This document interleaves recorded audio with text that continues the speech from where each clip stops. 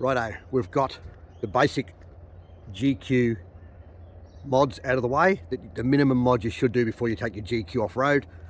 We're now going to move on to the next level. Now the next level you've got to watch a bit, because obviously a few of the mods I'll talk about could well make your car illegal on the road. So that's not my department, that's someone else's department. That's up for you to do your homework and all that. I'm just going to talk about the next level mods. We nearly always do a GQ, remembering that this is only for beginners. This is, most of my mates and most of the people I around know all this, have done all this, have broken all this, and they know all the ways around it. Just a lot of the younger blokes that we've come across lately, you know, haven't read the GQ manual. Righto, so let's just get into it. The next things you're going to do are probably going to be lift and bigger tyres. You go to big tyres, like these are 35s. This car came out with split rims. I'm pretty sure they were just under 32, so you can legally go to just under 34, I think. Every state's probably different. Queensland, you're allowed 50mm bigger tyre diameter, so I'm pretty sure the split rims were the biggest of all the GQs, and they were on a DX model, which this is. Now, so with that, you can only go to 34s or whatever, so you've got to watch your tyre size. Obviously, these are for off-road use only. I'd never drive on the road with these. So, but when you do, just remember that your brakes, so now you've got a brake in there that's a diameter of, you know, brake disc that diameter. You're stopping a tyre this big. Once you've got a big rolling diameter tyre, that brake's got heaps more leverage on it, and it's, you know, becomes pretty, I wouldn't say useless, but you do notice the difference in braking. So it's a good idea to look at a brake upgrade. Once you start doing big mods like that with engineering mods, you really need to do your own investigation. And now, obviously, this is all just for better off-road performance, but there's other things that come with this lift and bigger tyres. So these are just 35s at the moment, 35s on beadlocks. Now, obviously with 35s, your rolling diameter over rocks and everything else just makes life easier. The smaller your wheels, the more they get stuck between rocks and all the rest of it. So the bigger rolling diameter gives you height, obviously. So a 35 over a 33-inch tyre, for example, it's 2-inch bigger tyre, but 1 inch is up here in the air. So it gives you one inch more diff clearance. So it gives you clearance underneath as well as grip. Now, the way you get the grip from a bigger tyre is basically when you let the tyre down, you just get a bigger footprint on the ground. There's heaps of videos on that, you've seen all that.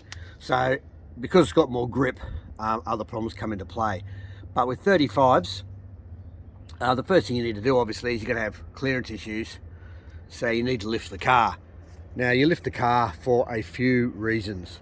You lift the car because you need the clearance for your big tyres, you want extra wheel travel, and more ground clearance. So they're the three reasons you'd lift your car. Now, when you lift the car, of course, with your springs, you obviously then need to go your longer shocks like we talked about, and you need to make sure your shocks aren't too long that your springs can fly out. You'll see it every now and again on videos where some guy's got big long shocks in the back and his back axle drops right down into a hole, which looks really cool, but the spring goes flying across the paddock and he's got to go find it and put it back in. So that's to stop the down travel. You could have the springs, or you can have retainers, I think, but you can have bolt-in retainers and all sorts of things, or a strap. In the old days we used to use straps, but they have a clamp that goes across the bottom of the coil to hold it in. But usually the shock length is what determines and holds it in.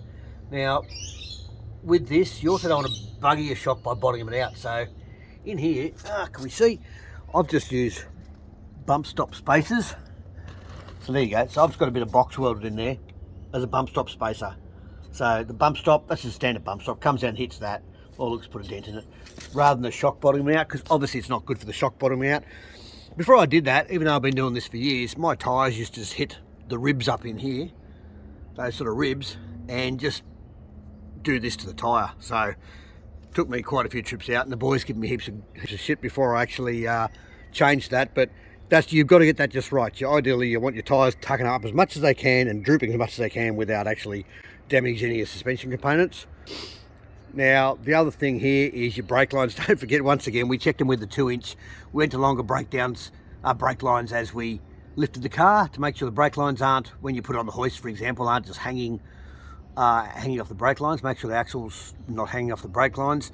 So that's just a no-brainer from the first one. That's got to be done. That's front and rear, of course. And I don't think I've mentioned it yet, but you've probably noticed I've got no sway bars. This is a DX, so it had no sway bar in the front anyway, only in the back. But sway bar links will be your next issue with this height. You've got to get your sway bar links extended. There's lots of different ways to do sway bars, but usually it's just a link kit. And the next issue here we get is, because you've lifted the car up, all of a sudden these front radius arms are meant to be reasonably level from new. As you lift the car up, they go like that, and you get what's called shopping trolley steering. So what you do then is you put either drop boxes in. There's several ways around it. You can put eccentric bushes in the front of the arms or drop boxes, but the idea is to keep that arm reasonably level. Oh look, that one's bent. That arm's got a big whoopty in it. That's a stock standard cast steel arm. That's pretty funny. But anyway, I've got heaps of them. I've got 50 of them. Look at that. Oh yeah, that's buggered anyway. Got to watch these arms too. It's not really for today's chat, but these break occasionally. I've seen one break in half. I think it was after an incident, but could have been during, and it put him in a rather ugly position after it broke up a hill. And no one, I've seen that thread snap off if you do it up real tight and it's had a bit of stress. Yeah, that thread, I've seen that whole thread snap off. Well, that was up top of Cape York, and that caused a few issues. But anyway, that'll be on a video to come. Righto, is that all you need to know about lift? Now with that lift, you've already got your adjustable panhard rods, so you can level all that up again. That was done in the first part. Now all these things you've just done, the tyres, the whole lot, lead to more grip. So when you get more grip, here's where we start to get into trouble. It's good because you start like driving more places, but as you drive more places with that extra grip, not only do you get yourself in more trouble, but extra grip starts to break stuff. Rightio, and there's quite a few things to think about here. So we've gone to the bigger tyres, we've got more grip, we're letting the tyres down on our bead locks. Bead locks allow us to let them down to, like, say, 8 pounds without the tyre being pushed off the bead and burping all the air out. So we've got all this grip. So what do? We give it a big gut full of 500,000 horsepower TD power, and we snap front axle CVs. I've got diff locks in this. I've got air lockers. I've had these air lockers since 99, I think. I've had them for years. ARB Series 1, like the original air lockers. They're probably the strongest of the lot. The new ones aren't quite as strong, but still pretty good, I'm led to believe. And you can also get Chinese versions of them now, which are pretty cheap. But these ones, I've had these in here, as all that time they've been in a car, not always in this car. But the air diff locks, you just run them straight from your compressor through a couple of switches on the dash. I've got them right next to the steering wheel so I can reach them easily. So I've got front and rear locker there. I've wired them independently because sometimes you want the front locker on, not the rear, to get around corners, etc. Sometimes the rear locker just pushes you through corners. We'll get into that when we start talking about technique, but that's just my choice, having them there so I can get to them easily, and the navigator can get to them easily if you are doing a competition and you want him on the buttons while you're on the steering wheel. Now I've got a compressor behind the seat, which is not always a good idea. You'll see why in a second. I know. Who says new stuff's good? Who says Tyre's got a water pump to the shower? So I had to just recently upgrade the compressor, and I've got a little holding tank underneath, which is just an old fire extinguisher, or just there. These ones are easy, pretty simple to maintain, and they're obviously reliable because these have been in here forever. Now the thing you got to watch is auto lockers. I'm not an auto locker fan. There's probably good things about them. I'm just not a fan. There's probably people out there who love them. I just not really a fan. Give me ones I can turn on and turn off. So the first step, you'll go on that next level with big tyres. As soon as you've got that big tyre thing happening or more grip, you'll go to GU front axles. Now you don't have to go back axle, but the reason you'd go both is just to keep the wheel track the same. The wheel track's still about 20mm or 30mm wider at the front than the back, I think, with GUs. But if you leave GQ in the back and go GU in the front, it's about 50mm difference. So what they've done is this whole part from here out, this is all the same in the middle, this is all beefed up. So same diffs, if you've already got diff locks in your GQ, they'll go straight in this, that's no dramas. But you'll have new axles, and this whole end arrangement's 20mm longer and beefed up, and better steering geometry. So that whole swivel hub is big. In there, the swivel hub is bigger and house the bigger CVs. And the bigger CVs geez, you have to be doing something pretty stupid to break them. The boys still break them, but you got to do something pretty dumb. It's usually like, you know, a bit of horsepower, wheels off the ground, coming down, heaps of grip, and gripping up and snapping the weakest point, which is usually the CV. Sometimes you do the diff, depending on the ratio. Some of the ratios are a bit weaker than others. With the ratios, as you've gone to these bigger tyres, that is when you'd start to talk about diff ratios. There's a few, you get used to what you should run. This comes out with 4.1s. I run a 4.3, which came out in the ZD30. The reason I run a 4.3 is because with the 35s on, the speedo is accurate. It just drives quite nice. Tows the trep trailer okay. And off-road it's quite good. It retains the standard ratios with these tyres if you go to a 4.3 diff. There are lots of different ratios to choose with the Nissan Patrol GU and GQ. There's probably a whole nother discussion there, so we'll leave that for another chat. There is another thing to think about here. If you end up going for some ZD30 diffs, 4.3s in the ZD30, out of a ZD30, just make sure some of them are H260s, which is a 260mm crown wheel, and they give you about 1 inch less ground clearance in the back. They're a big pumpkin, and you probably don't need them unless you're running huge horsepower. Just watch out for that. With all that in the ratios, while we're talking the ratios, we then go to the transfer case.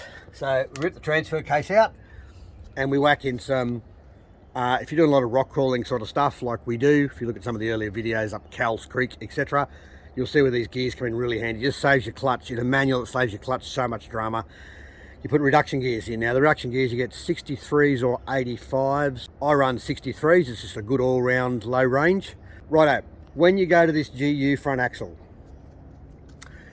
you need to change the steering arm, because the GU one is just different at one end. It's a slightly different taper.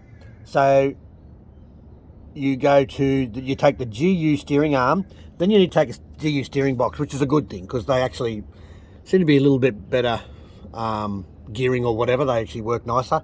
So they tell me. I don't really notice in this thing, but anyway, apparently that's the go. So you run a GU steering box that has the right taper on the pitman arm for the GU arm, which fits the other end onto the swivel hub. So that is another thing you got to do. So when you buy GU front axles from someone, you try and get the steering box and that arm if you can. The other thing you'll do with all this grip, probably the only other real issue, is obviously your CV breakages and gearbox, all that sort of stuff with extra grip. Somewhere is the weak bit, and it's actually easier if it's the CV or the hub. We carry spare CVs and these hubs. You'll notice I've changed these. On a GU, you'll normally have the auto locking hubs. You can lock the auto hubs in manually, but these ones are a bit stronger.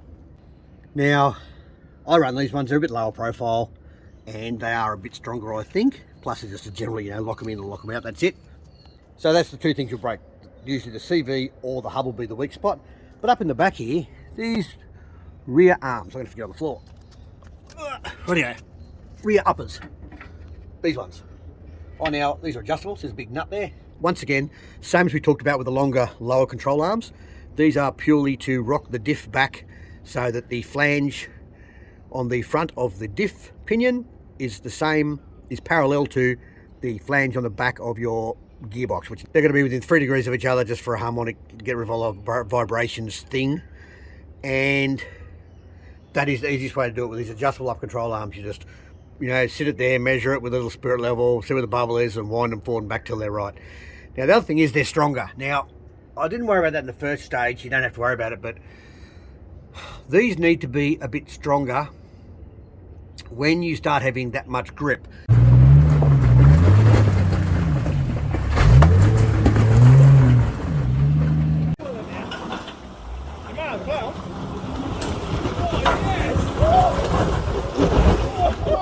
As I said, I think I said in the last one, when the lower control arms basically push the car forward, so they're always under that pressure, and they get a bump, they can bend easy.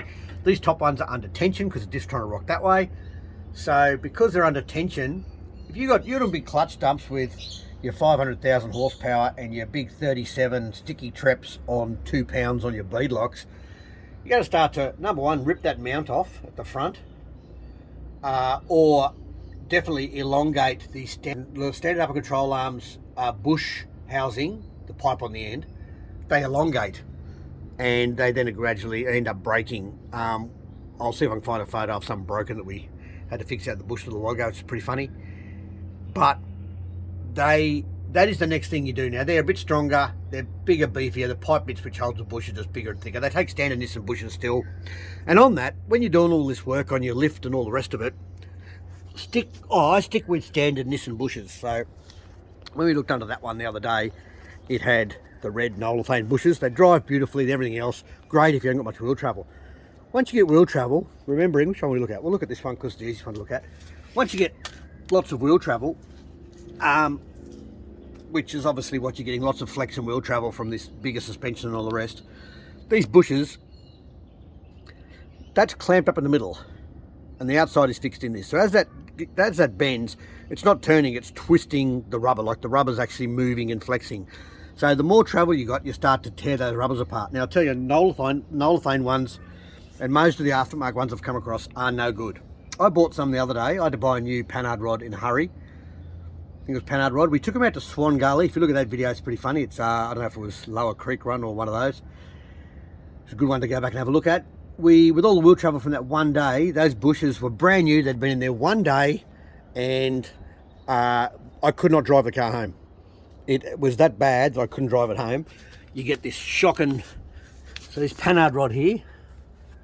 Where's panhard rod? Can't find it. There it is, that one up there.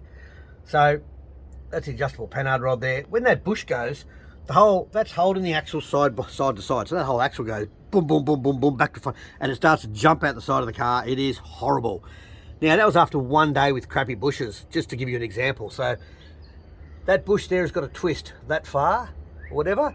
More wheel travel you got to go, the further it's got to twist. So it's just like trying to tear the rubber out. So the best ones we've used are actually genuine Nissan rubber bushes. Just so you know. Now that panhard rod, we actually take a spare one everywhere with us because when it goes, it's really, you literally can't drive the car. You'll see the axle, you'll see the whole wheel bounce out of the car like this as you're driving along. It's not a good look. One more thing on those bushes, when you are putting all these arms in, changing all these arms, you can do it all on a hoist, that's fine, but sit the car down on the deck and then back all the bolts off that hold the crush tubes, the crush tube in the middle of the bush. So undo, so for example, back that bolt off, and all the ones that hold that middle crush tube, back them all off, let them all settle to where they want to be in their middle normal. So it's going to be on a flat floor, obviously, so I wouldn't even do it there, I'd do it in the shed, on the floor. And when you do that, you clamp them all up again, they're already in the middle. If you've done on the hoist, they're already hanging down like this. Then when they flex them right up like that, they're going way further than they normally have to go. So just keep all that in mind when you're doing your bushes.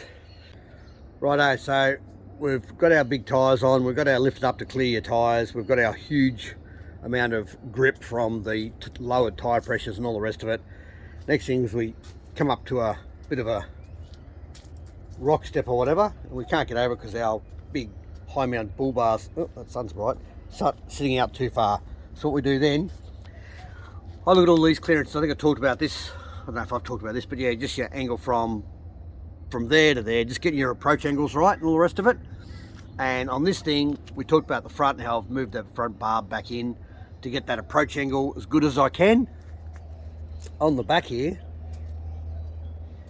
we do the same. Like that's the chassis. I'm not gonna cut the chassis off on this one yet. A lot of people have cut them a lot shorter. I leave the fuel tank in the back. It's good having the good tray. Now and again, I put a camping setup off it and on it and take off. So with this, I've left the chassis standard length. So my departure angle is whatever I can get from drawing a line from there to there. That's what it is. So the fuel tank and tow bar used to be in that. So the next thing I did was to, you can do this obviously, is raise the fuel tank. And this is all about just protecting stuff. Raise the fuel tank. I put it up here level with the chassis. Then I got my tow bar, which was sitting out here. Now I need the tow bar to tow the trip trailer because I take me 37 trips all over the place. And I don't really want to be driving on the road on them. Number one, you're not allowed to, and number two, they're horrible and it wrecks them. So I put the bar, I actually spun the bar around so it went back into that departure angle The tow bar thing still goes into it, still has a pin, everything else is still the same. It's just bolted on backwards and it protects the fuel tank then. So rather than putting another fuel tank protection on there, I've just literally turned that round. That does the job for me. I could soon get one of the bars that has the tongue in here, get it a lot better, but that seems to do the job. Another protection sort of thing here is the coppers are red hot up on here on not having flares that cover your wheels. So this is just basically like Nathan's car was. This is just rubber bolted on. Does the job well, stops all the muck, and does probably keep your car a lot. Pristine paintwork like this. When you've got pristine paintwork, you like just to keep it in perfect condition, so you want to get the stone chips off it. So that probably helps with all that. These mud flaps are removable. I've just got box, like RHS steel, inside RHS, with a pin. Just pull it out, your mud flaps off, chuck them in the back or whatever, and that's one less thing to get ripped off. I had them just on chains, and you lift them up out of the way, and you'd think that would be right forever. I ripped them off every trip out up a creek run, so it just seems to be standard. They're a pain in the bum, but you will get nabs for them, so it's easy just to have them removable, put them back on, just job done. Oh look, that arm's bent as well. That steering arm's bent. Now that's a stock standard steering arm, so we're talking about beefing things up and what things you should strengthen as you start to do more and more dumb stuff. But this steering arm, right, so you can buy heavy duty ones of these from Roadrunner or wherever, PSR, Superior. I've got to put one in, I haven't yet, and I just bend that back down, which is pretty slack. You can jam something in underneath there and bend it back down. But I've got a few of them lying around, so I tend just to take them with me. I try to keep the weight out of this car, so that's why I'm a bit slack with some of this strengthening, because I just don't like it too heavy. But, you've still got to protect stuff, like sumps, exhausts. Now, there's stuff you've got to protect. So I've got a couple of bent arms here to fix, and that's what you do when you get underneath to do your spanner checks. You notice what's bent and what's okay, and you go, okay, and you sort of get yourself a bit of a list, and you'll soon get used to what comes loose. And what you can do just to test all those bushes is you can get someone to rock the car backwards and forwards on the tyres even while you're underneath it, and just watch where there's slop. You'll probably find slop in bushes. The other thing is you can put a pry bar up between the bush and whatever and just give it a flex and see if it's moving much. Steering knuckles are the same. All your rod ends on your steering arms are the same. You need to just make sure there's no movement in them, because as soon as you go to bigger tyres, you just notice all those sort of things so much more. We talked about stuff you'll bend when you start doing dumb stuff. Rear coil towers. If you've got a wagon, you will have already bent these probably. A loaded up wagon will bend these rear coil towers. There's a bracing kit available that you can put in on a wagon that fits in nice and neat underneath, and you can do it while it's on the car. I think it's even set up so you can pull them back down level. Now these ones were bent up. I literally put jacks underneath the chassis, underneath here, or held on the hoist or whatever, and bashed them with a big 4-pound hammer, got them down flat again, and I welded this bit of box through there, which is also a mount for this. So I haven't welded to the chassis, I've actually welded to the coil tower mounts. That you will bend them. There's a pretty standard thing on a GU or GQ, so do that before you bend them, not after, like I did. And these are the front coil tower mounts, same deal. Like, you get a bracing kit for these, a bit of flat bar goes around here, braces them up. Now I've seen quite a few bent ones. Once again, I haven't done mine yet, and I've had this car for since 1994, so what, 20 something years. Now I've said that, I'll probably break it next week. So if you're a bloke that launches your car off, airborne front axles and comes down on it, you probably need to brace that. That's not me. I think that's about wraps up our stage 2 chat on the GQ Patrol mods. I hope, as I said, I've talked about it before, heaps of people know heaps more than I do about these cars and have done heaps further mods, and there's some beautifully modded cars out there. This is a rough one, but these are the basic things, and if you learn one thing from the video, fantastic.